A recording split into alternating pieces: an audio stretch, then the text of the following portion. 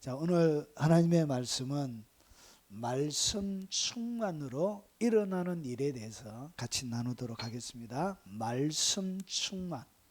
많이 들어보셨죠? 자, 말씀 충만이 무엇인지, 내 속에 말씀 충만으로 어떤 일이 일어나는지 한번 같이 살펴보도록 하겠습니다. 골로새서 3장 16절과 17절의 말씀입니다.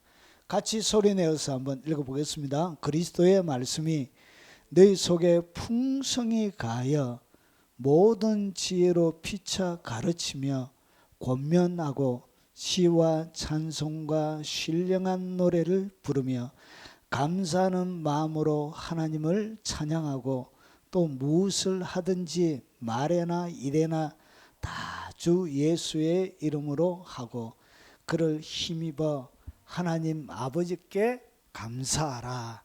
아멘. 자,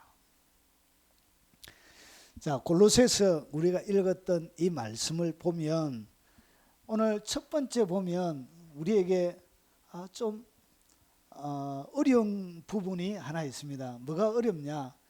그리스도의 말씀이란 것이죠. 그리스도의 말씀. 도대체 그리스도의 말씀이 뭔가? 우리 황 집사님, 그리스도의 말씀이 무엇입니까? 그리스도의 말씀. 그리스도의 말씀이 우리 속에 풍성히 거해야 되는데 도대체 여기에서 말하는 이 그리스도의 말씀이 뭔가? 그래야 우리가 말씀의 충만이 무엇인가를 이해하게 된다는 것이죠. 자, 그러면 오늘 여기에서 이야기하는 오늘 골로새서를 기록한 바울이 그리스도의 말씀이라고 이야기하면서 얘기했던 이 그리스도의 말씀은 도대체 뭘 얘기하는가 한번 보겠습니다. 자, 그러면 오늘 골로새서만 보면 안 되고 바울이 다른 성경에는 뭐라고 해놨는지를 살펴보면 이 그리스도의 말씀이 뭔가 뭘 얘기하는가를 우리가 미루어 짐작할 수 있다는 것이죠. 자, 그러면 바울이 기록한 이 그리스도의 말씀에 대하여 다른 성경에는 뭐라고 기록해놨는지 한번 살펴보겠습니다. 자, 고린도 전서에는, 고린도에 보낸 편지에는 바울이 오늘 여기서 보니까 하나님의 말씀이라 이래요. 이거 참 살펴보면 볼수록 이게 헷갈리는 거예요. 그리스도의 말씀까지는 조금 헷갈렸는데 하나님의 말씀하니까 더 헷갈리는 거예요. 이게 더 혼란스러운 거예요. 도대체 그리스도의 말씀은 또 뭐고, 그리고 또 하나님의 말씀은 또 뭐란 말씀이죠? 하나님의 말씀이 너희로부터 난 것도 아니냐, 또 너희에게 임한 것이냐. 이거 갈수록 우리를 더 혼란스럽게 만들고 있습니다. 자, 그러면 고린도 후서에는 또 뭐라고 해놨는지 한번 보겠습니다. 이에 숨은 부끄러운 일을 버리고 속임으로 행하지 아니하며 하나님의 말씀을 혼잡하게 하지 아니하고, 오늘 얘기는 또 뭐라고 해놨죠? 고린도 후서에도 하나님의 말씀이라고 이래 해놨죠.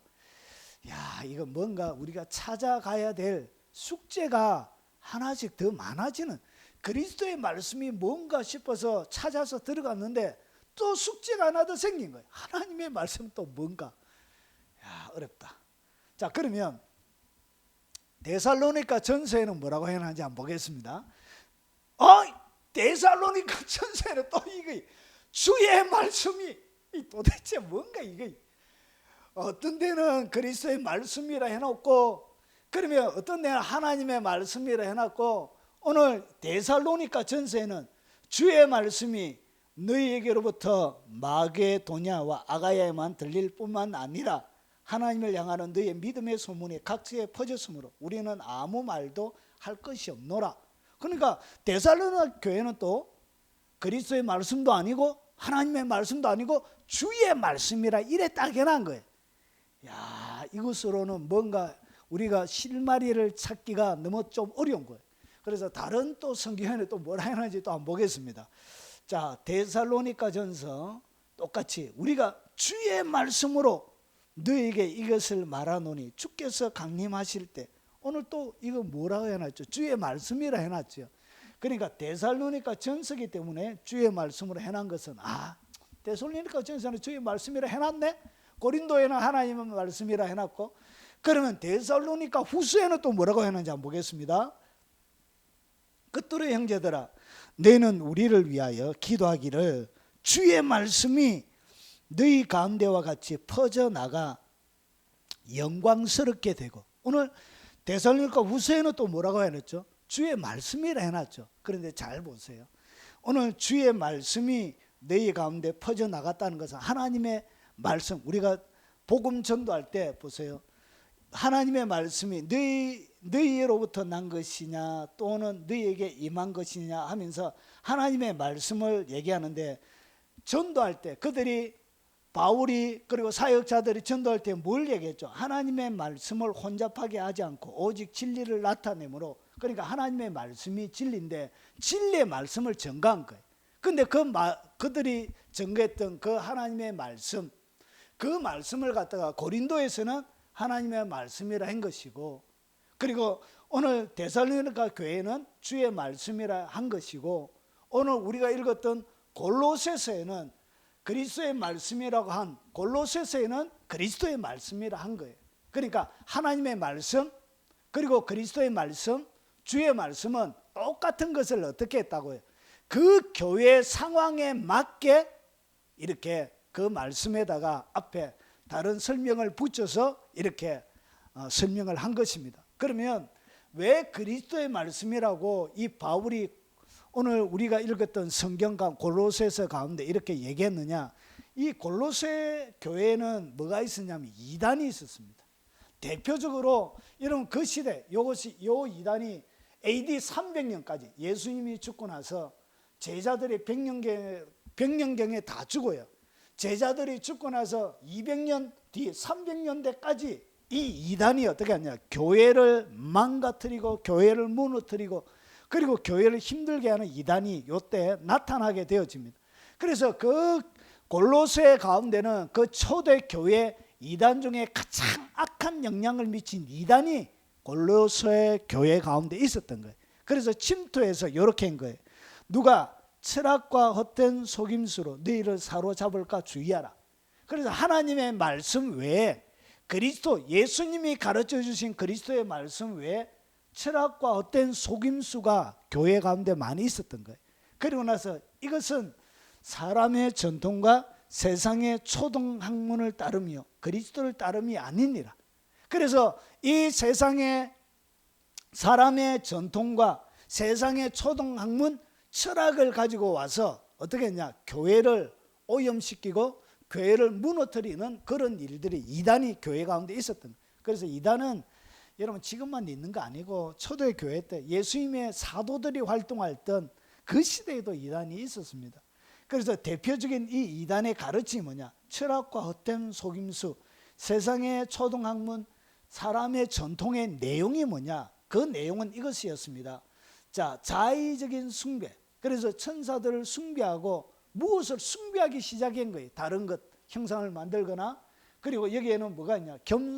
겸손한 것, 그리고 이것이 가장 핵심적인 진리예요. 몸을 괴롭게 하는데 지혜 있는 모양이라. 몸을 괴롭게 한다는 얘기를 다른 말로 해서 뭐라고 하냐? 금욕이라고 합니다. 금욕. 그러니까 몸을 괴롭게 했다는 것은 수련을 한 것이에요. 그래서 여기는 앞에 보면 거짓된 겸손이, 거짓된 겸손, 진짜 겸손이 아니고 거짓된 겸손. 그래서 이 이단의 이름이 뭐냐? 그노시스파라는 이단이 있었습니다. 초대교회 때 이 그노시스라는 이 헬라어는 지식이라는 뜻이에요. 신에 대한 신지식이 있어야 뭐가 되어진다고요? 진짜 하나님의 구원을 받을 수 있다는 것이죠. 그래서 이 노스틱파라고 이렇게 부릅니다. 그노시즘. 그래서 이 가르침이 뭐냐? 가르침이 바로 이원론이에요. 이원론. 얘들이 가르쳤던 세상의 초등학문, 이것이 뭐냐? 영은 선해요. 영은 선하고 육체는 악한 거예요. 육체는 타락하고 육체 자체가 악인 거예요. 그래서 이 타락한 육체가 무엇을 통해서 금욕, 육체, 이렇게 몸을 괴롭게 하는 금욕, 금식하고 절제하고 그래서 결혼도 하지 않고 이런 철저한 금욕 생활을 통해서 몸을 괴롭게 해서 어떻게 했냐? 육체의 자아가, 육체가 완전히 죽고 선하게 되어져야만이. 그때 뭐가 필요하다고요? 이 그노시스, 지식이, 신지식, 그노시정, 신지가 필요한 거예요. 거룩하게 되기 위해서. 그때 뭐가 되어진다고요? 선이 되는 거예요. 그때 참다운 옳은 것이 되는 거예요. 그러면 여기에는 뭐가 없어지죠? 예수 그리스도의 속죄의 사역이 없어지는 거예요. 그러니까 우리가 선하고 깨끗하게 되어지는 것은 예수님의 십자가, 부활, 그것을 믿음으로 우리가 어렵게 되어지고 거룩하게 되어지는데, 이 사람들은 뭘 가르쳤다고? 철저한 금욕 생활을 가르쳤던 거예요. 몸을 괴롭게 하는 이런 철저한 금욕 생활, 금식하고 수련하고 이런 것. 그래서 이 사람들이 뭐라고 했냐? 철학, 헛된 속임수로, 그리고 자의직, 그래서 무언가를 숭배하게 만들고 거짓 겸손, 속은 안 그런데 금욕만, 육체의 금욕만 하면 신지식에 이룰 수 있다, 이렇게 믿은 거예요. 그런 것이 어디에? 교회 가운데도 많았던 거예요. 이단으로 침투해서 가르쳤던 거예요. 그래서 여기에는 주의 말씀이라 하지 않고 예수 그리스도의 속죄의 사역을 강조하기 위해서 그리스도의 말씀, 이렇게 한 거예요. 여기까지 이해가 되십니까? 그래서 그리스도의 말씀이란 것은 주의 말씀, 이제 정리를 하면 이런 것입니다. 하나님의 말씀, 주의 말씀, 그리고 그리스도의 말씀은 뭐다? 똑같아. 같은 것입니다. 같은 것을 교회 사정에 맞게 다르게 표현한 것입니다. 제가 이 설교를 만들기 위해서 주님이 딱 제목으로 딱 주셨는데 오랜 시간이 걸렸습니다. 이 설교를 만들어서 하기까지. 왜 그러냐? 그리스도의 말씀이 뭔지 안 풀려서, 도대체 바울이 말하는 이 그리스도의 말씀이 특별한 다른 말씀인지 연구하고 찾고 이제 공부한다고 설교를 만들기 전에 오래전에 주신 거지만 이 작업하는데 굉장히 오랜 시간이 걸렸습니다. 뭐가 안 풀려서? 그리스도의 말씀이 뭔지를 제가 몰라가지고 이걸 찾는데 시간이 많이 걸렸습니다. 자, 정리하겠습니다. 결국은 바울이 이야기하는 이 그리스도의 말씀은 새로운 뭔가의 다른 말씀이 있는 것이 아니고, 여러분이 알고 있는 주님의 말씀, 하나님의 말씀, 그리스도의 말씀은 뭐하다? 똑같고 동일한 것이다. 자, 그러면 이제 됐죠. 자, 그러면 이제 드디어 우리가 다음에 과정, 다음에 돌다리를 짚고 건너갈 수 있는 길을 딱 마련한 거예요. 자, 뭐가 충만하냐? 말씀 충만은, 결국은 말씀 충만은 그리스도의 말씀이 충만한 것이죠. 자, 그러면 말씀 충만과 성령 충만은 어떤 관계가 있는지를 잘 봐야 돼요. 도대체 성령 충만하다 그러지요. 그러면 말씀이 충만하면 성령 충만한 것이고, 그리고 기도가 충만하면 성령 충만한 것이고, 도대체 이 성령 충만과 이 말씀 충만은 어떤 관계에 있는지 한번 보겠습니다. 자, 그리스도의 말씀이 너희 속에 풍성히 거하여 모든 지혜로 피차 가르치며 권면하고. 잘 보세요. 오늘 여기서 말씀이 충만하게 거해서 나타나는 열매들을 잘 보세요. 열매들을 보니까 시와 찬송과 신령한 노래를 부르며 감사하는 마음으로 하나님을 찬양하고. 그러니까 말씀이 내 속에 충만하게 거하면 뭐가 터져 나온다고요? 시와 찬송이.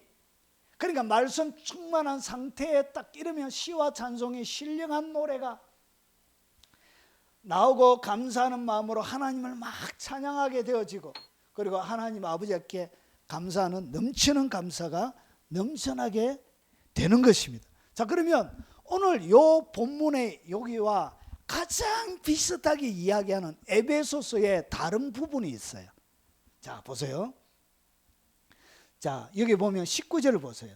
시와 찬송과 신령한 노래로 서로 화답하며 너희 마음으로 주께 노래하며 찬송하며. 오늘 열매가 똑같아요? 똑같지 않아요? 시와 찬송과 신령한 노래를 막 부르고 있죠. 하나님을 감사하고 찬양하죠. 그런데 골로새서에는 말씀이 충만하게 해서 얘기하고, 오늘 에베소서에는 뭐라고 얘기하냐? 술 취하지 말라, 이는 방탕한 것이니 오직 성령의 충만을 받아라. 오늘 18절을 정확하게 번역하면 이렇습니다. 술 기운으로 살지 말고 성령의 기운으로 살아라는 것이죠. 그러니까 술 취한 거하고 성령 충만한 거하고 똑같아요. 똑같아요. 이 술 취한 거하고 성령 충만하고 똑같아요. 제가 공백기 5년 동안 노가다도 하고 일용직도 많이 했습니다. 오만 잡일 많이 했어요. 회사 가서 직장 생활도 해보고. 여러분 회사 가서 직장 생활 하니까 회식 시간이라는 게 있대요. 회식. 그래가지고 1년에 한 4번 정도 회식을 시켜주더라고. 그래가지고 이거는 일만 각자 맡은 부위에서 생산직, 제가 뭘 했냐, 프레스, 물탱크 만드는 거 있잖아요. 대형, 조그마한 물탱크 말고 대형, 큰 아주 대형 물탱크 만드는 그런 걸 플라스틱으로 찍어내는 그런 프레스, 이런 일을 했어요. 그래서 굉장히 위험한 일을 했습니다. 무겁고. 그래가지고 각각 프레스가 20대 정도 있었는데 거기 막 떨어져서 각각 그 프레스 앞에 일을 해요. 한 2-3명씩 조를 이루어서. 그런데 회식을 갔어요. 아우 재밌다. 회식을 가니까 너무 점잖은 친구가 있었어요. 말도 잘 안 해요. 그리고 무슨 자기 의견을 내는 법도 없어요. 아무런 얘기를 그냥 조용하게. 얼굴은 잘생겼어요. 얼굴은 잘생겼는데 막 자기 일만 하고 마치면 집에 가기 바쁘지요. 그런데 회식 자리에 가서 술을 먹은 거예요. 아이구나, 이 친구가 말을 하기 시작하는데 얼마나 말을 잘하는지. 술이 들어가니까 뭘 하게 되더라, 말을. 아이고, 그 점잖은 친구가 나 아무것도 못해요 막 빼고 하는 쌤님이 갑자기 노래방도 갔는데 노래를 하고 막 춤도 추고 하는데, 아이고 새로운 사람이 되더라고요. 새로운 사람이. 아이고 좀 부끄럽게도 이 술에 근하게 취하니까 이 친구들이 술이 취해가지고 길거리를 가면서 막 노래도 부르고 막 일하는데, 노래도 잘 못해. 음정박자도 틀리고 막 이렇게 노래 길거리 다니면서 그렇게 점잖은 친구가 뭐 들어가니까? 술 들어가니까. 이것이 성령 충만을 가장 잘 설명할 수 있는 것이 뭐냐? 그게 바로 술 취함입니다. 술 취함. 똑같아. 그래서 술 취하게 되어지면 이렇게 달라져. 뭐 하다 이렇게 많이 나왔나? 뭐 하다 얘기하냐면 말씀 충만. 그리스도의 말씀이 너희 속에 풍성히 거하고. 오늘 얘기는 그리스도의 말씀이 풍성히 거하는 얘기는 없고 뭐가 있다고요? 성령 충만에 대해서 나와 있는 거예요. 그러면 오늘 말씀의 충만이나 성령의 충만을 통해서 나타나는 뭐는 똑같이요? 열매는 똑같은 거예요. 그러니까 말씀 충만 이꼬르 성령 충만, 이렇게 갈 수는 없어요. 왜 그러냐? 말씀 충만하게 되어지면 열매와 성령이 충만하게 되어지는 열매는 똑같이 나타나요. 똑같이 나타나는데, 그런데 이 성령 충만을 통해서 성령이 충만해지는 것이 말씀 충만으로만 성령이 충만해지는 것이 아니에요. 오늘 여기서 보면 그리스도의 말씀이 너에게 풍성히 거하여. 그래서 말씀이 충만해지면 어떤 상태가 되어지냐? 성령이 충만한 상태가 되어져요.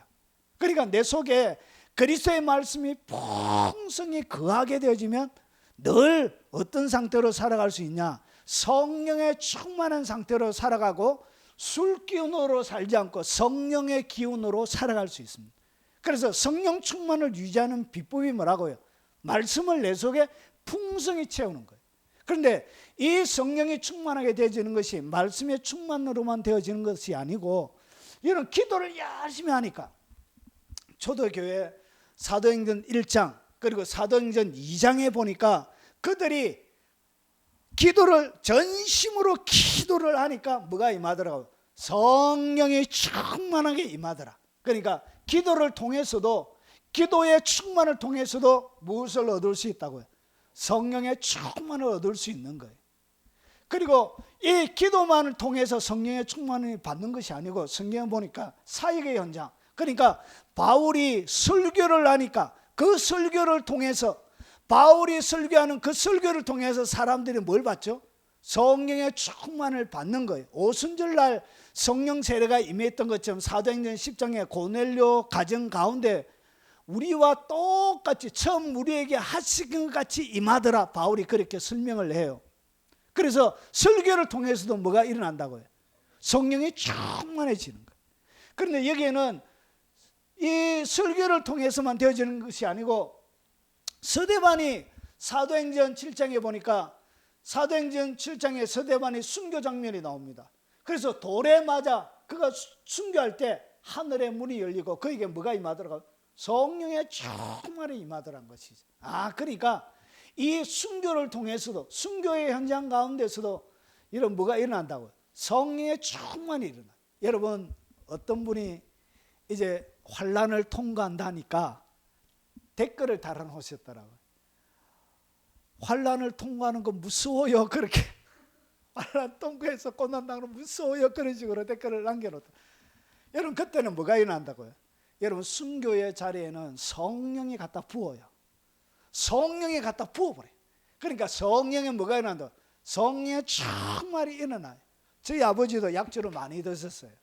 그래서 여러분 그 약주 드시고 저녁에 이제 자전거 타고 그러니까 음주 자전거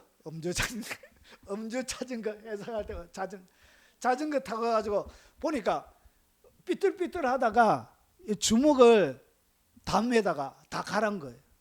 담벼락에 다 갈았는데 술이 취해 있으니까 갈은 걸 모르는 거예요. 아픔을 모르는 거예요. 다친 걸 뭐하지 못한다고요. 느끼지 못하는 거예요. 그와 똑같은 일이 벌어져. 성령의 충만함이 임하니까 고통을 능가하는 하나님의 기쁨이 그의 육체 가운데 부어져요. 그래서 죽음이 뭐하지 않는다고요. 두렵지 않는 거예요. 그때 기쁨이 너무나 크기 때문에 웃게 되는 거예요. 그래서 사자밥이 되어져서 콜로세움 그 광장에 이런 마지막에 이제 사자밥이 되었던 그리스도인들을 정리를 하니까 얼굴만 사자들이 뜯어먹지 않고 남았는데 얼굴이 다 웃는 얼굴로 하나같이. 여러분 그때 기록을 보면 얼굴이 몸은 다 사자에게 뜯겨먹여서 없는데 얼굴은 다 웃는 얼굴로 거의 다. 왜 그러냐? 고통을 능가하는 기쁨이 그에게 부어져요. 그래서 뭐하게 한다고요? 그것을 감당하게 하고. 사드락과 메삭과 아벳노고가 7배나 뜨거운 용광로 가운데 불못불 가운데 들어갔는데 주님이 그 가운데 오니까 뭘 느끼지 않아요? 이거는 불에 탄 흔적 냄새도 나지 않는 거예요. 그렇게 하나님이 그의 사람들을 지키는 거예요. 무엇으로? 성령으로 충만하게 해버리는 거예요. 그런 일이 순교의 현장 가운데 일어나요. 여러분 그것만 그런 것이 아니에요. 전도의 현장 가운데서 뭐가 일어나죠? 빌립을 통해서 막 사도행전 8장에 보니까 기쁨이 충만하고 성령이 충만하다. 뭐가 일어난다? 전도의 현장 가운데 복음이 전거되어지는 곳곳마다 뭐가 성령이 충만하게 되어지는 일이 일어나는 거예요. 그러니까 이 성령의 충만함이란 것은 주님을 위하여 내가 뭔가 하게 되어질 때 최종적으로 열매로 내 속에 일어나는 일이 뭐라고요? 그게 바로 성령 충만인데, 근데 이 성령 충만에 이르는 것은 통로가 여러 가지다.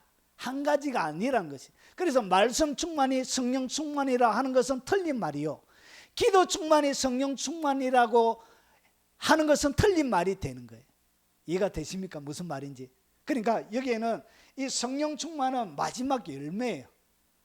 풍성하게 우리의 삶을 갖다 맺혀지는 열매인데, 기도 말씀이 충만해져서 성령이 충만할 수도 있는 것이고, 기도가 충만해져서 설교나 그리고 사역이나 순교나 이런 것들을 통해서 뭐가 되어지냐? 성령이 충만한 열매를 맺을 수가 있게 되어지는 거예요.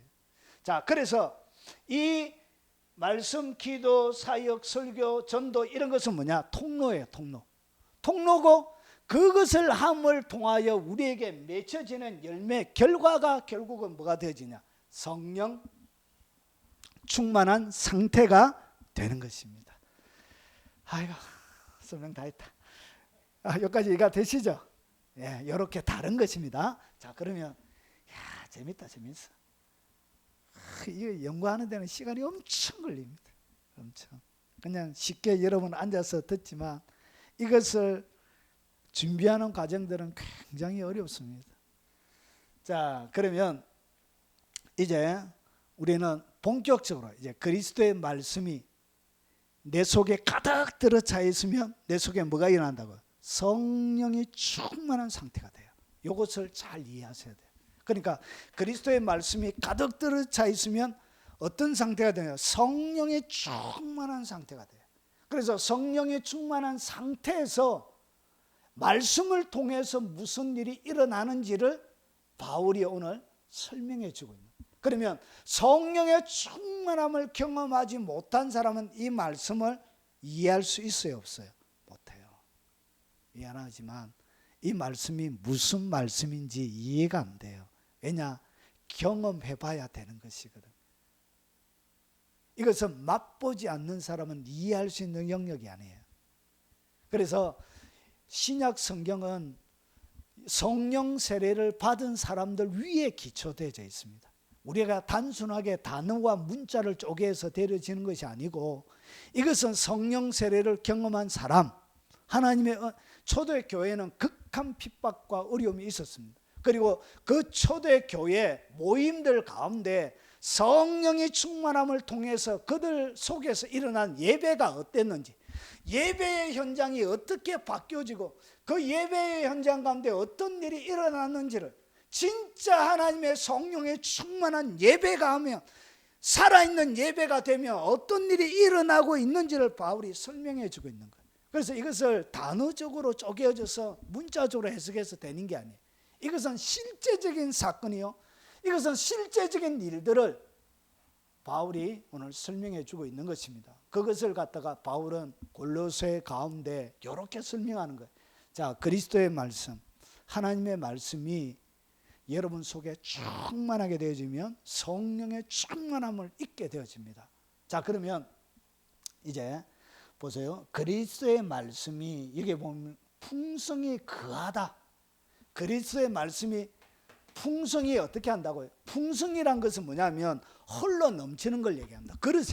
그릇에다가 그릇에 뭐가 담겨져 있어서 담겨져 있는 것이 밖으로 흘러 넘치는 것을 갖다가 오늘 헬라 원문에는 이 풍성이라는 단어가 그런 뜻을 가지고 있습니다. 그러니까 흘러 넘치는 거예요. 말씀이 콸콸콸콸 흘러 넘치는 거예요. 그런데 여기서 풍성이 어떻게 하냐? 거하는 거예요. 거한다는 얘기가 뭐냐?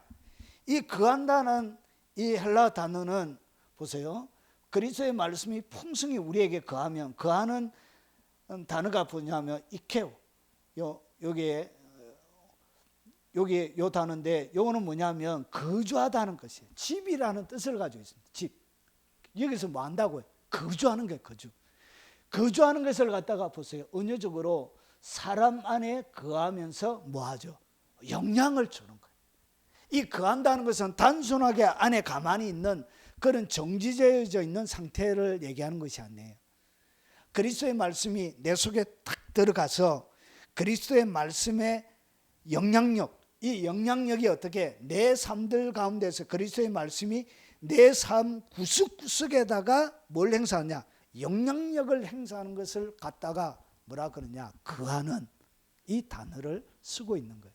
그래서 하나님의 말씀이 내 속에 풍성하게 있으면서 단순하게 하나님의 말씀을 아는 것을 얘기하는 게 아니에요. 오늘 여기서 이야기하는 것은 말씀이 내 속에, 내가 말씀을 알고 있는데 이 알고 있는 말씀에 내가 어떻게 하냐? 영향력을 받는 거예요. 말씀의 철저한 영향력을 내가 내 삶들 가운데 받는 것을 오늘 여기서 거하여 이렇게 얘기하는 거예요.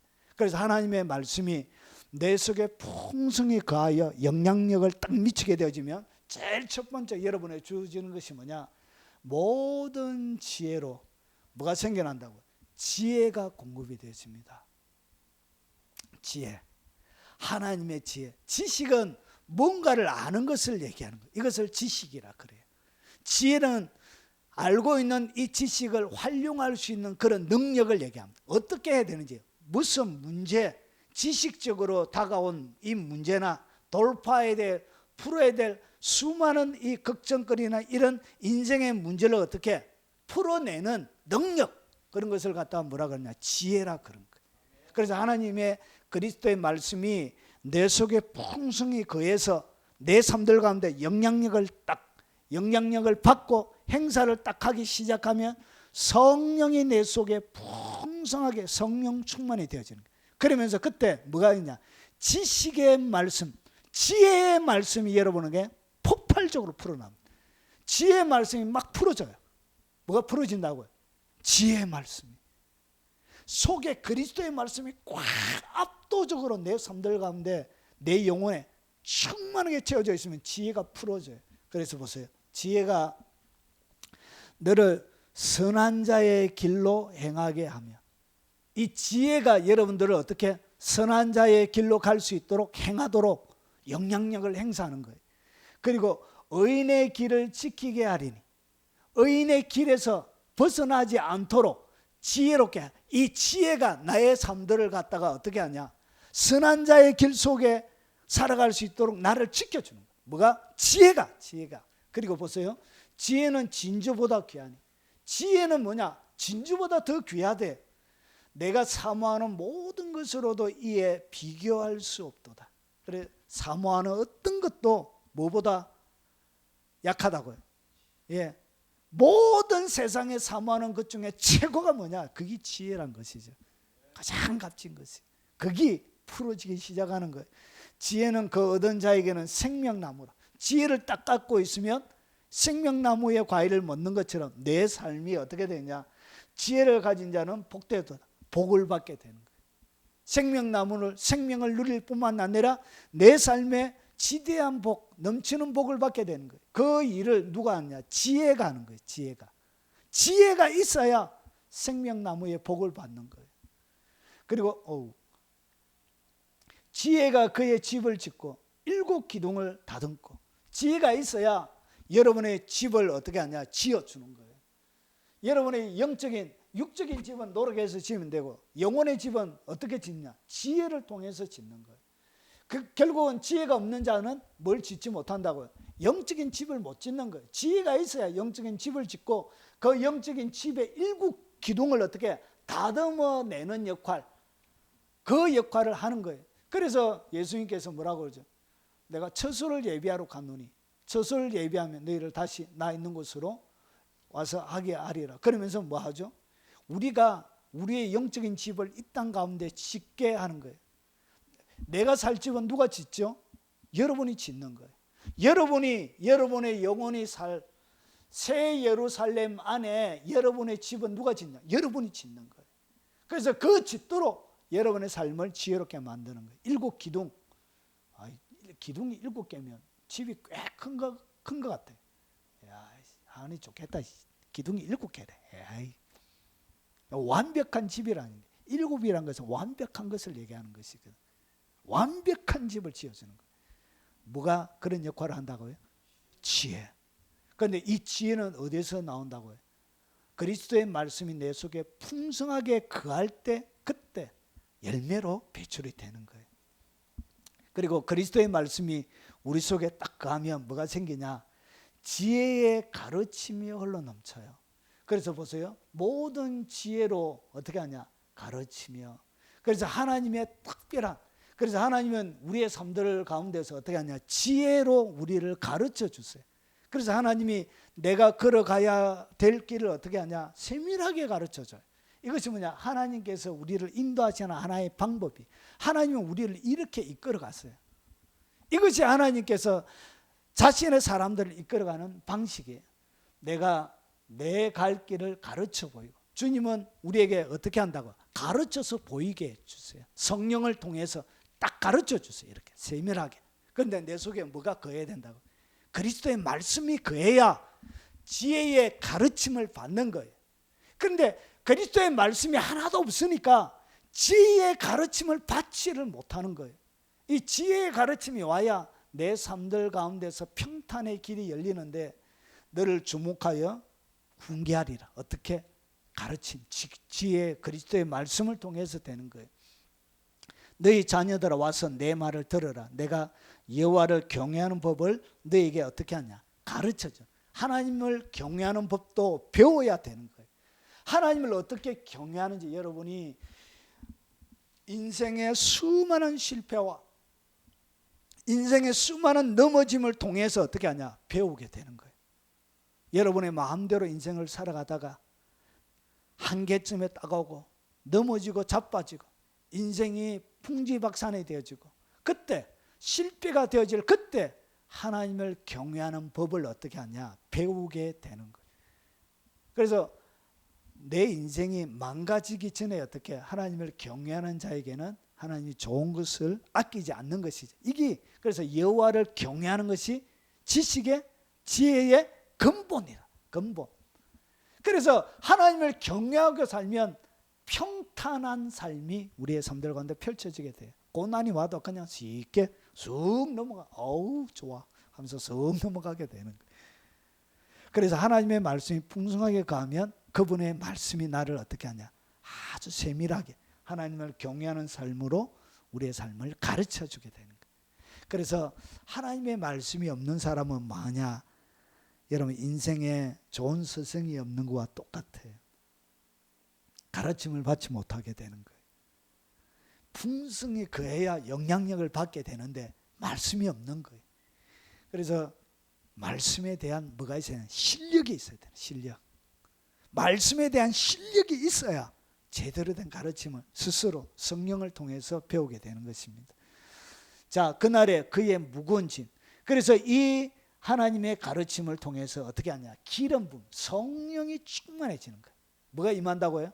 말씀 충만은 결국은 열매로 성령의 충만이 임하고 성령의 충만이 임하면 기름 부음이 여러분의 삶들 가운데 풍성해져요.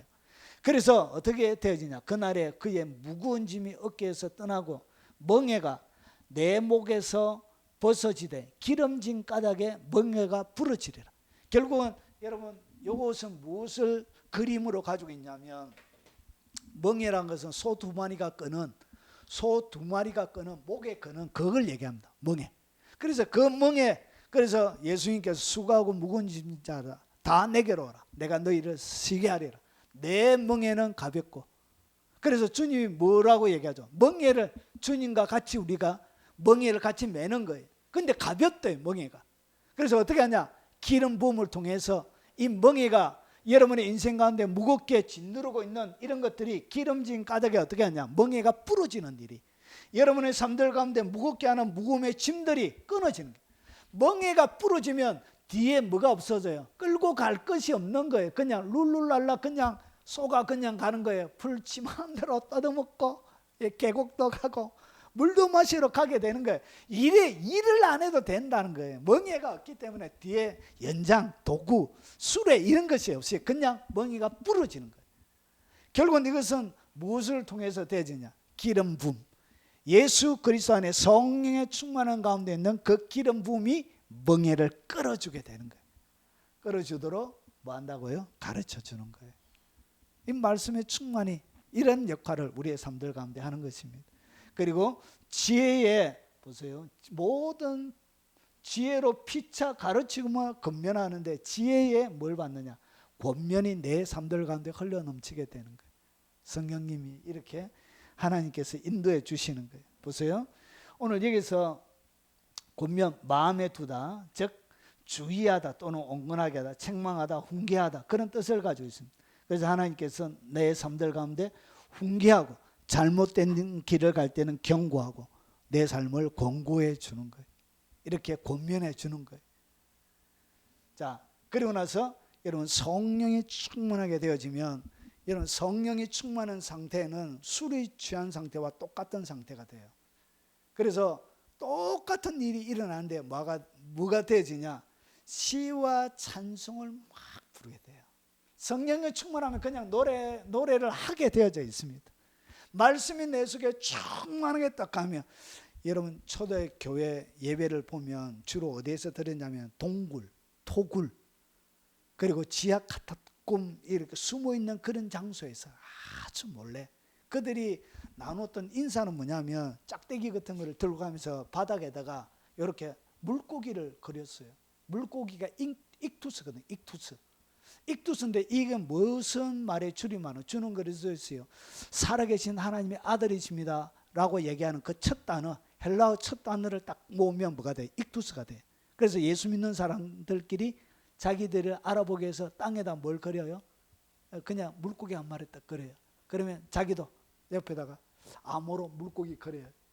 나도 예수 믿는다고 이렇게 뭘 해가지고 어디 가냐고 집에 있다고. 베드로가 오신대, 바울이 오신대. 그래서 저 산속이나 깊은 숲속이나 동굴이나 그런 데서 그들이 모였던 거예요. 그리고 모여서 하나님을 뭐하죠? 설교 말씀 듣고 예수님의 간증 듣고 그리고 같이 모여서 기도하고 그러면서 뭐가 터졌나? 찬송. 그래서 오늘 여기서 이야기하는 이 시와 찬송은 뭘 얘기하냐? 구약의 이스라엘 백성들이 흔히 부르는 시편을 얘기합니다. 시편. 그리고 그 시편에 곡조가 붙여져 있는 찬송을 이야기하는 거예요. 그래서 여러분 유대인들에게는 오축이라고 있습니다. 오축. 이 오축은 뭐냐면 5가지의 두루마리를 갖다가 오축이라 불러요. 그래서 6월절 때는 그들이 뭘 읽었냐? 아가스를 읽었습니다. 아가스. 그래서 6월절 시작이 되면 이스라엘 백성들이 모여가지고 어린아이까지 있는데 내 두 유방은 상태 노루 같고 막 이런 거 아가스를 막 이렇게 읽었습니다. 공개적으로 이렇게 낭동을 낸 거예요. 아가스. 예? 은밀한 그런 부부관계 속에 나누는 그런 내 목덜미는 내 입술은 내 허벅지는 막 이렇게 아름다움을 묘사해요. 그때 읽은 거예요. 그리고 룻기 오순절 때는 룻기를 읽었습니다. 룻기. 그리고 예루살렘 멸망 때는 예레미야 애가. 그리고 7월 장막절 이때는 전도서를 읽었고요. 그리고 부림절에는 에스더를 이렇게 읽었습니다. 그리고 그들이 모일 때마다 이렇게 하나님의 찬송 시편을 읽은 거예요. 자, 그런데 여기에서 하나가 더 있습니다. 하나가 뭐냐? 그것이 바로 신령한 노래입니다. 신령한 노래. 신령한 노래는 이스라엘 백성들이 흔히 부르는 시와 노래와는 구별되는 거예요. 여러분 하나님의 성령이 충만하게 부어지면 여러분 하나님께서 뭘 주냐? 예언의 시들을 막 줘요. 여러분 다윗이 인생이 너무나 힘들고 고통스러워서 하나님 앞에 기도할 때 그에게 준 것이 뭐죠? 시편 22편이에요. 22편. 메시아의 7편의 시편이 있습니다. 그래서 22편 나의 하나님 어찌하여 나를 버리셨나이까 하면서 막 이렇게 자기의 인생의 애달픈 고통도를 이렇게 막 시위로 지어가. 이것이 뭐죠? 예언을 통해서 그가 성령의 감동을 통해서 시편 22편을 딱 지었는데 알고 보니까 이 시편 22편이 누구의 얘기예요? 엘리 라마 사박다니 어찌하여 하나님 나의 하나님 어찌하여 나를 버리셨나이까. 예수님의 십자가 위에 달려서 고통당하는 모습을 정확하게 표현하는 것이 시편 22편입니다. 이런 것이 뭐라고요?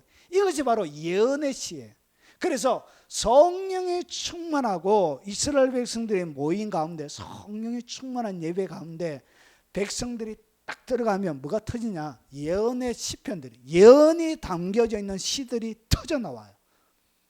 그러니까 구약의 이스라엘 백성들이 지었던 시편이 이 모든 시편 150편은 예언적인 성격을 담고 있습니다. 예수님의 다른 여러 가지 모습들을 보여주고 있는 거예요. 이것이 뭐라고요? 이게 바로 예언이에요. 예언. 근데 예언을 어떻게 받느냐? 하나님의 대부분의 선지자들은 시의 형태로 이렇게 받아요. 시의 형태. 그래서 뭐가 터져나온다고? 새로운 미래에 일어날 그의 삶들 가운데 일어날 수많은 시들을 어떻게 예언적인 형태로 터져나와요.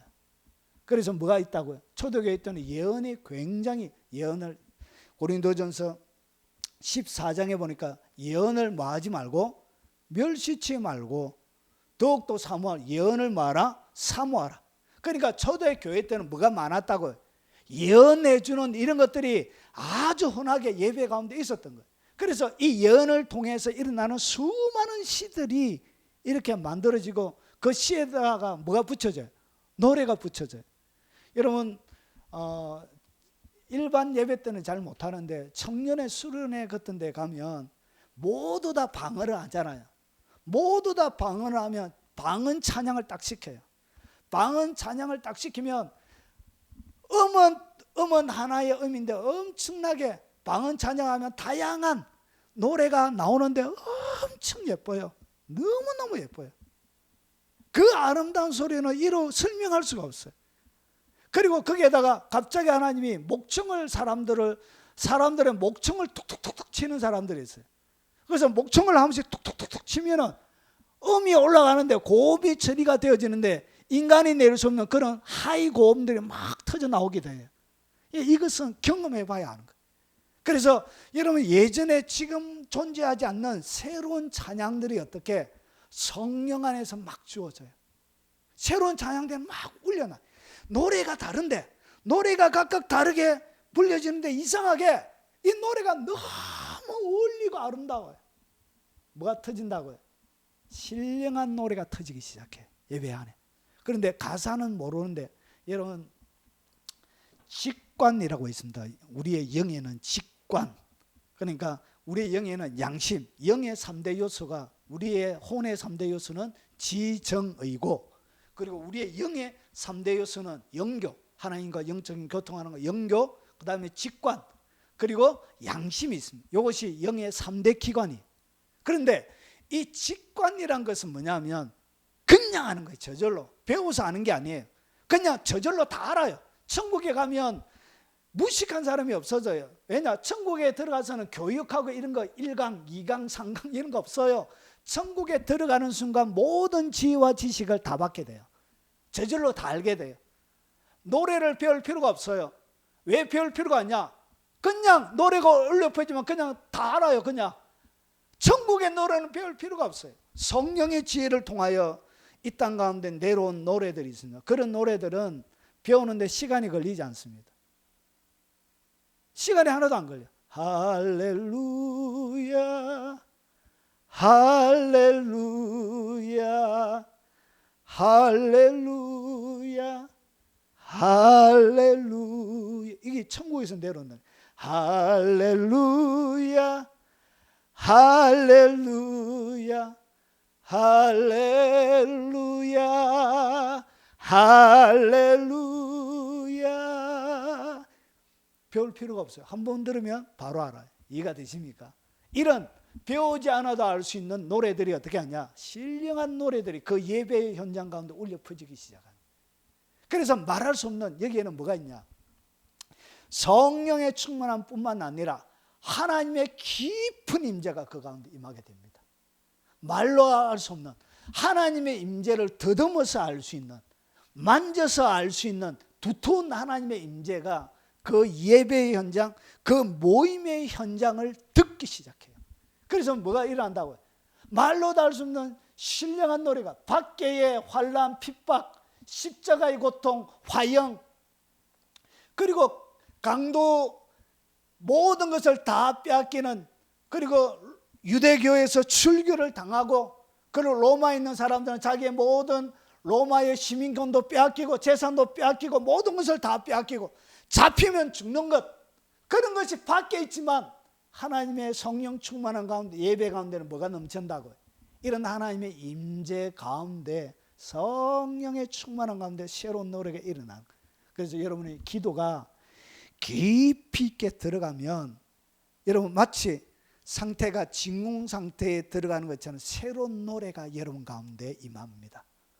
배워서 하는 이 땅 가운데 임하는 노래가 아니에요. 그것은 주님이 주시는 새로운 노래가 여러분 속에 입에 탁 머물러 방언의 형태로 탁 주어져요. 그러면서 여러분이 찬양을 하는데, 저도 여러 경험이 많습니다. 찬양을 하는데 제가 원래 목이, 예전에는 저희 아내도 알고 있지만 고등학교 3학년 때 저희 아내가 같은 교회 중학교 1학년이었습니다. 1학년. 저희 조원 중에 6개 조가 있었는데 1조에 조원이었어요. 그래, 아유 쫓겨난 게 오빠 하면서 따라다녔습니다. 저희 아내가. 그래서 다 알아요. 제가 무슨 얘기하는지. 그때 늘 목이 씌어져 있었습니다. 기도를 너무 세게 하다 보니까 늘 목이 잠겨져 있어요. 신 목소리로 매일마다 하루에 아버지 역사해 주세요, 막 은혜 주세요, 막 이렇게 1시간 동안 매일마다 하니까 목이 늘 잠겨져요. 신 목소리로. 그렇게 막 기도하다가 어느 순간 하나님이 목을 탁 틔워주는, 목이 튀어버린 거예요. 도레미파 솔라시 도 이상 올라가지 않는 이 목소리가 어떻게 목이 팍 튀었는데 그때 새로운 노래를 주시는 거예요. 새로운 노래 막 하나님 넣었는데 고음이 어디까지 올라가는지를 모르겠어요. 막 부르는데 그 황홀경 가운데 하나님을 노래하게 돼요. 그래서 하나님이 참 저 이상한 소리 한다 얘기하지만 제가 영적인 세계 속에 일어나는 얘기를 제가 설명을 드리는 거예요. 그래서 뭐가 일어난다고요? 새로운 신령한 노래가 여러분에 주어집니다. 여러분의 노래, 여러분에게 주시는 노래가 임합니다. 방언의 노래가 임합니다. 그래서 신령한 노래를 어떻게 한다? 하나님께 부르면서 밖의 고통과 비교할 수 없는 뭐가 일어나냐? 감사가 여러분 속에 터져나오기 시작합니다. 속에 벅차요. 하나님이 이 성령의 충만한 임재 가운데, 성령의 충만한 가운데 넘쳐나는 이 감사는 가슴이 벅차요. 벅차. 이 벅참, 이거는 경험해 봐야 되는 거예요. 성령의 깊은 임재감. 그래서 노래를 감사하며 하나님을 찬양하고 깊은 임재 예배를 하게 되는 거예요. 뭐가 임할 때? 하나님의 말씀이 내 속에 충만하게 거하는 그런 예배의 자리 속에 이런 일이 벌어져요. 그리고 성령이 충만해져도 똑같이 기도의 깊은 단계로 들어가면 이런 일이 똑같이 벌어져요. 새로운 노래가 막 입에서 터져 나와요.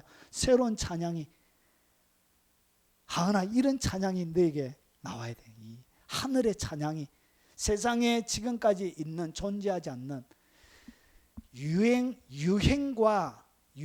유행을 따라 만들어지는 공산품과 작품은 다른 거예요.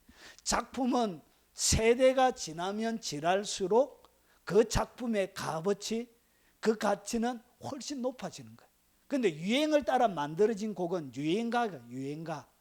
그래서 유행이 쓱 없어지면 그거는 없어지는 거예요. 그래서 작품, 공장에 찍어낸 공산품 같은 그런 모조품 말고 작품이 만들어지는 거예요. 작품. 이것은 시대가 지나도 계속 하나님의 사람들의 입에 계속 올려지는 찬송이 되는 거예요. 할렐루야, 할렐루야. 가사가 별로 없어요. 복잡한 가사가 없어요. 하나님의 영을 통하여 내려온 가사들. 자, 그래서 깊은 예배 가운데 한번 예배를 경험해 봐요. 하나님의 깊은 임재 속에 드린 이것이 내 속에 말씀이 충만하게 거할 때, 성령이 충만하게 거하는 것을 통해서 이런 깊은 예배가 여러분 삶들 가운데 일어나게 되는 거예요. 그리고 무엇을 하든지 말에나 이래나 다 주 예수의 이름으로 하고, 그래서 자기를 높이는 법이 없어요. 내가 큰 교회를 지었다, 그리고 어떤 선교 위대한 사역을 했다, 책을 지었다, 이런 것은 아무런 자기를 드러내는 어떤 것에도 관심이 없어요. 뭐만 오직 무엇을 하든지 말에나 이래나 다 주 예수의 이름으로, 오직 예수님의 이름만을 높이는 거예요. 이것이 뭐냐? 성령 충만할 때 일어나는. 그러면 자기 자랑하는 것은 그 사람이 뭐하지 않다는 얘기예요? 성령 충만하지 않다는 얘기예요. 그의 말 속에 자기를 드러내고 자기의 이름을 높이고 주님의 이름 외에 다른 뭔가를 자랑하는 것은 그가 성령 충만하지 못하다는 증거를 그 스스로 보여주고 있는 거예요. 성령이 충만하면 절대로 이런 일을 못해요. 누구? 예수님의 이름만 높여지게 되는 것입니다. 자, 그리고 인생을 감사로 채울 수 있게 됩니다. 그래서 어떤 것에도 그를 힘입어 하나님 아버지께 감사하라. 말씀이 내 속에 충만하게 가면 모든 환경을 초월해서 내 속에 뭐가 일어난다고요?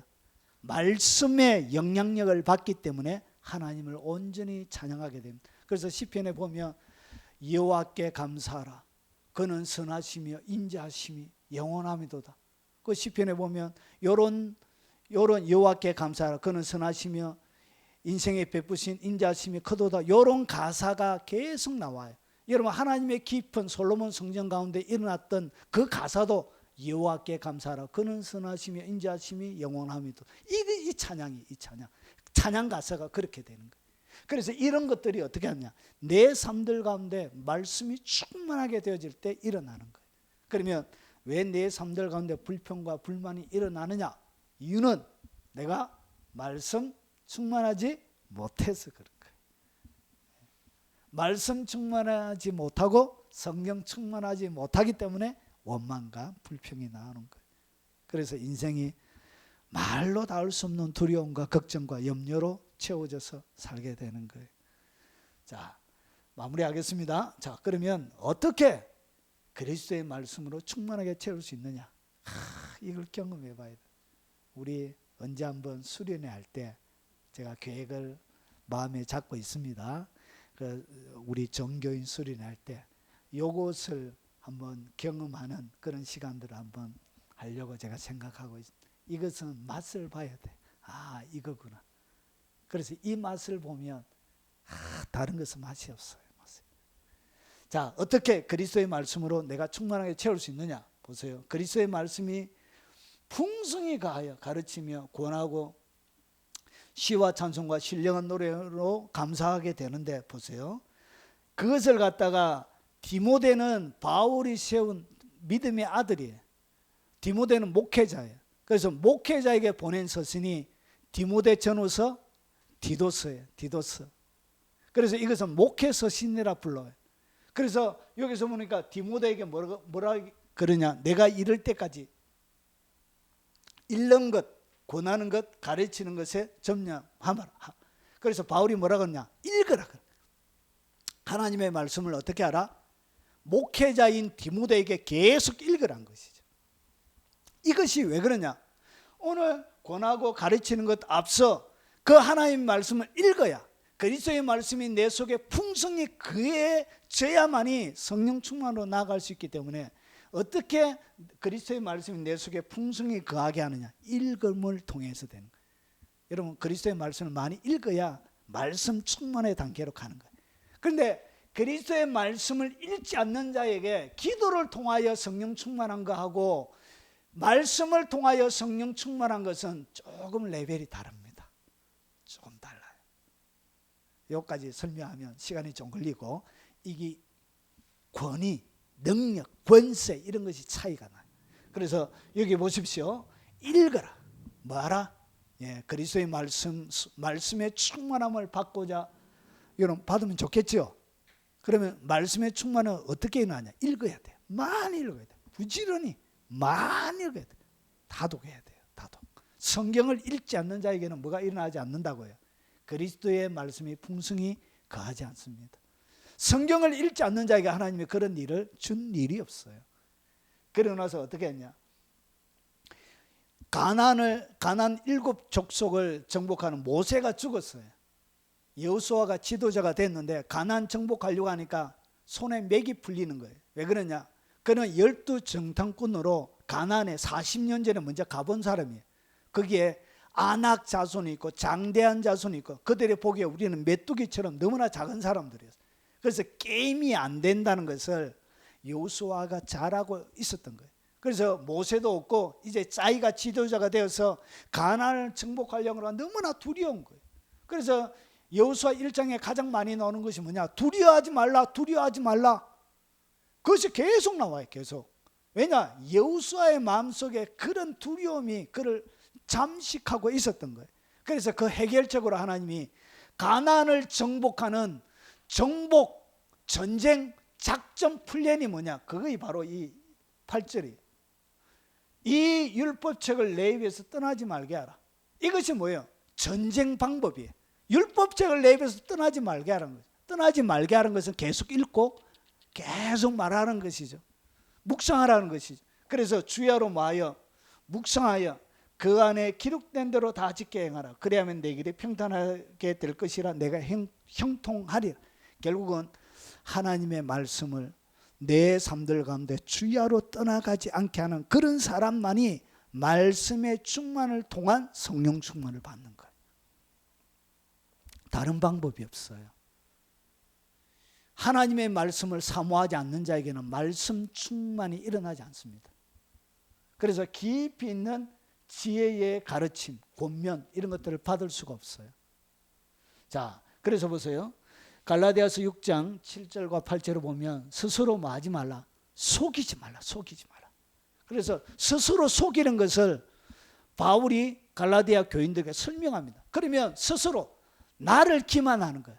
여러분이 여러분에게 사기치는 걸 얘기하는 것입니다. 하은아, 네가 네한테 사기치는 거예요. 사람이 자기가 자기한테 사기치는 사람이 있대요. 그래서 바울이 그 자기가 자기에게 사기치는 게 뭐냐, 그것을 설명하고 있는 거예요. 자, 자기가 자기에게 스스로 속이지 말라. 이게 뭐예요? 자기가 자기에게 사기치는 거예요. 자, 그 내용이 뭐냐? 하나님의 업신여김을 받지 아니하시나니. 자기가 자기 스스로를 속이는 것을 갖다가 뭐라고 하냐? 하나님을 업신여기는 것이라 이렇게 또 설명합니다. 여러분, 하나님을 업신여기는 방법이 뭐냐? 하나님 별거 아니야 하면서 업신여기는 아주 나쁜 그 방법이 뭐냐? 그게 뭐냐? 사람이 무엇으로 심든지 그대로 거두리라. 그러니까 내가 심지 않고 거두는 것을 갖다가 뭐라 그런다고? 그것을 갖다가 자기를 기만하는 거예요. 자기를 속이는 거예요. 그리고 이것을 갖다가 뭐라고 하냐? 하나님을 업신여기는 거예요. 업신여기는 거예요. 그래서 내가 심지 않았는데 거두려고 하는 것이 뭐냐? 그것이 자기를 속이는 거예요. 이것을 하나님을 업신여기는 행위예요. 그런데 우리는 내가 안 심어놓고 막 거두려고 하는 사람들이, 기독교인들이 많아요. 말씀의 충만을 거두기 위해서 말씀의 충만하는 방법을 심어야 되는데 안 심고 말씀 충만만을 원하는 거예요. 어디에 집회가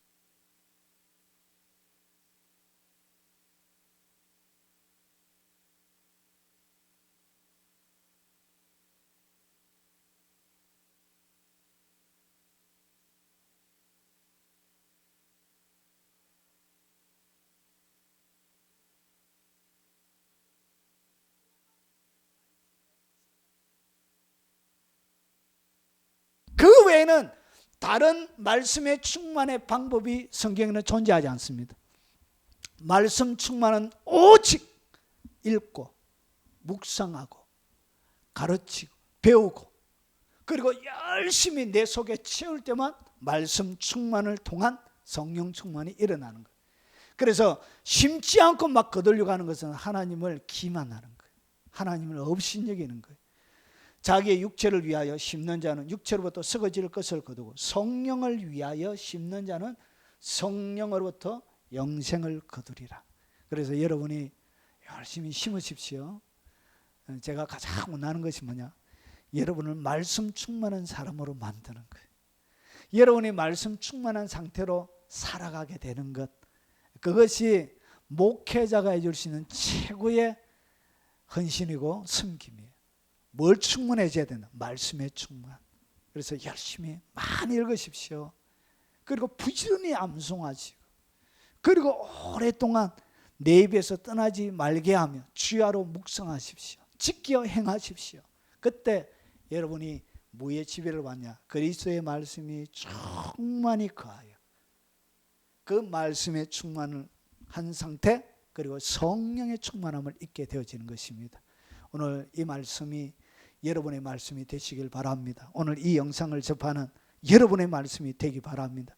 그래서 말씀의 충만을 통해서 깊은 하나님의 임재 가운데 하나님이 주시는 놀라운, 바울이 경험했던 이것이 실제로 여러분의 삶들 가운데, 예배 가운데, 깊은 임재 가운데 경험하는 복, 그것이 날마다 여러분의 삶들 가운데 반복적으로 충만하게 채워지는 복이 있으시길 주의 이름으로 축원합니다.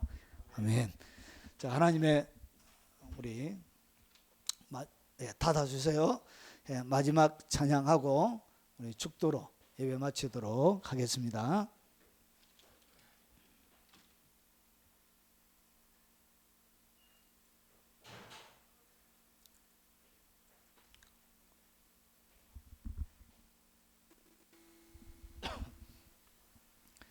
좀 더우시죠?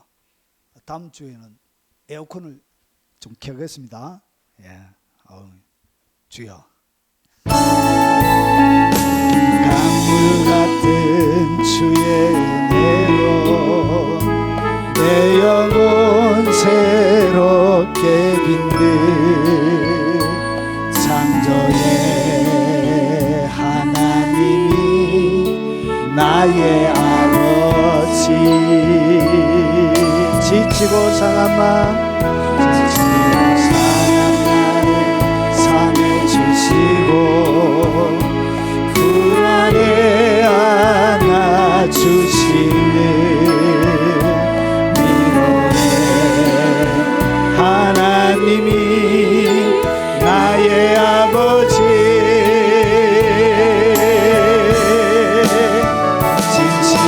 진실하신 하나님이 나의 아버지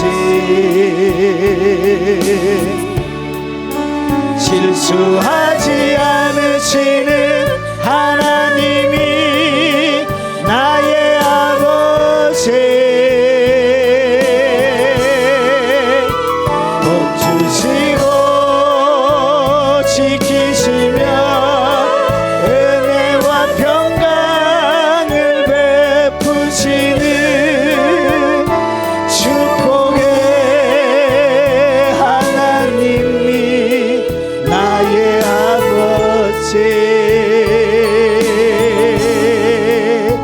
독생자 예수님을 이 땅에 보내 내 죄를 대속케 하시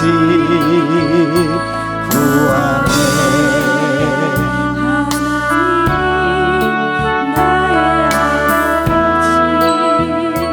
절망의 순간마다 찾아오셔서 능력의 손으로 일하시 기적의 하나님이 나의 아버지 진실하신 하나님이 나의 아버지 실수하지 않으시는 하나님이 나의 아버지 복 주시고 지키시며 은혜와 평강을 베푸시는 축복의 하나님이 나의 아버지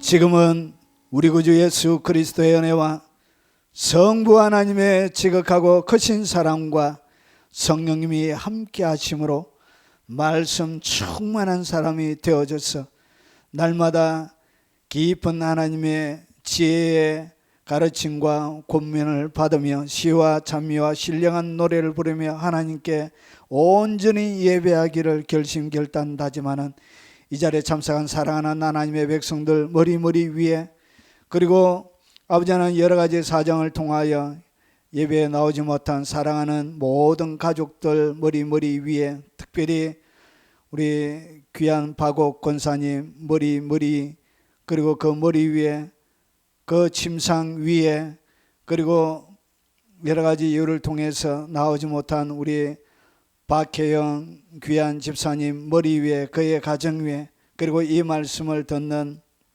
한국에 있는 많은 성도들과 그리고 특별히 외국에서 이 영상을 접하는 모든 교포 성도들 머리 위에 그들의 삶 위에 전 세계 교회와 동역하는 동역자들 머리 위에 지금부터 영원 무궁토록 함께 있을지어다.